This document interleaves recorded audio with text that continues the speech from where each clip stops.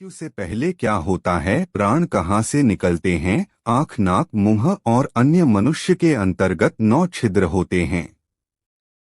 उन सभी 9 छिद्रों के माध्यम से ही आत्मा बाहर की तरफ निकलती है। जीवन का सबसे बड़ा सत्य मृत्यु है, जिसको कभी टाला नहीं जा सकता है। जो इस भूलोक में अवतरित या जन्म ले चुका है, ले रहा है या लेने वाला है, उसका मृत्यु होना अनिवार्य है। जो बना है उसका नष्ट होना तय है। मनुष्यों में जन्म के बाद मृत्यु तो है, परंतु मृत्यु के बाद क्या होता है? प्राण कैसे निकलते हैं? मृत्यु से पहले क्या क्या दिखाई देता है? मृत्यु से पहले क्या महसूस होता है? यह जानने की इच्छा आप सभी के मन में तीव्र हो रही होगी। हमारे बहुत से वैदिक शास्त्र पुराण हमें आपने पढ़ा होगा कि मृत्यु के बाद स्वर्ग और नर्क दोनों में से किसी एक में आत्मा को स्थान प्राप्त होता है। मगर श्री हरि विष्णु भगवान के गरुड़ पुराण में मृत्यु के बाद क्या उल्लेखित है, इसके बारे में आपको जानकारी होना चाहिए।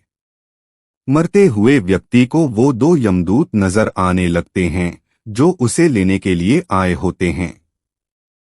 यदि व्यक्ति ने अपनी जिंदगी में अच्छे काम किए हैं तो उसके प्राण आसानी से निकल जाते हैं, वरना उसकी आत्मा को शरीर छोड़ने में बहुत मुश्किलें आती हैं।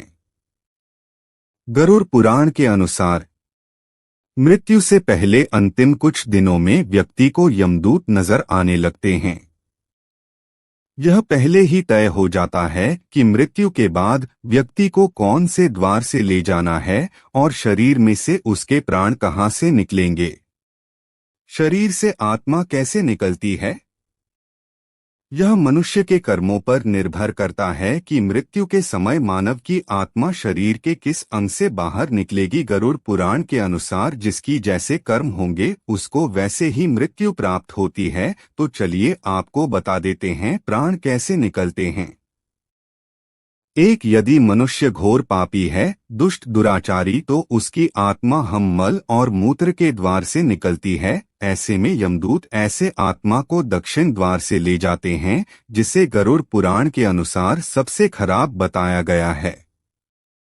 2. जो मानव मोह माया लाभ से पीड़ित होते हैं, जीने की आधे की इच्छा रखते हैं, उनका मृत्यु जब नजदीक आ जाता है तो उनके प्राण आंखों के माध्यम से निकलते हैं। प्राण निकलते समय उनकी आंखें खुली की खुली रह जाती है। ऐसी आत्माओं को यमदूत बलपूर्वक निकालते हैं और मृत्यु हो जाने के बाद उन्हें कठिन पीड़ा पहुंचाते हैं। 3. गरुड़ पुराण के मुताबिक जो ऋषि संत मुनि होते हैं उनके प्राण मुख से निकलते हैं और प्राण निकलते वक्त उनका मुंह टेढ़ा मेढ़ा हो जाता है। 4. जो इंसान अपने सभी कर्म और जिम्मेदारियों को परिपूर्ण कर लेता है, यानी वह संसार की मोह माया त्याग देता है, तो उसके प्राण नाक से निकलते हैं। गरुड़ पुराण में माना गया है कि यह शुभ होता है। प्राण निकलते वक्त मनुष्य को क्या महसूस होता है?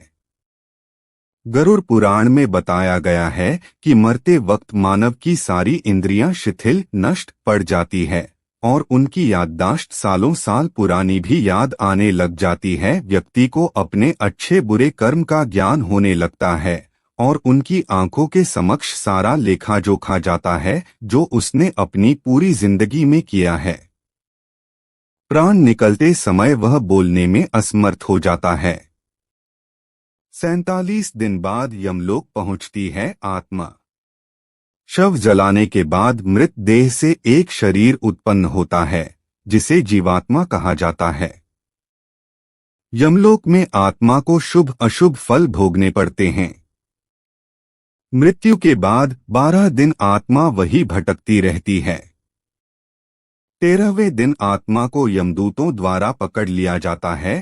यमलोक का रास्ता वैतरणी नदी छोड़कर 86,000 योजन है, जहां 47 दिन तक चलकर आत्मा यमलोक पहुंचती है। इस तरह एक मृत्यु के बाद एक आत्मा 16,000 पुरियों को पार करके यमराज के लोक यमलोक तक पहुंचती है।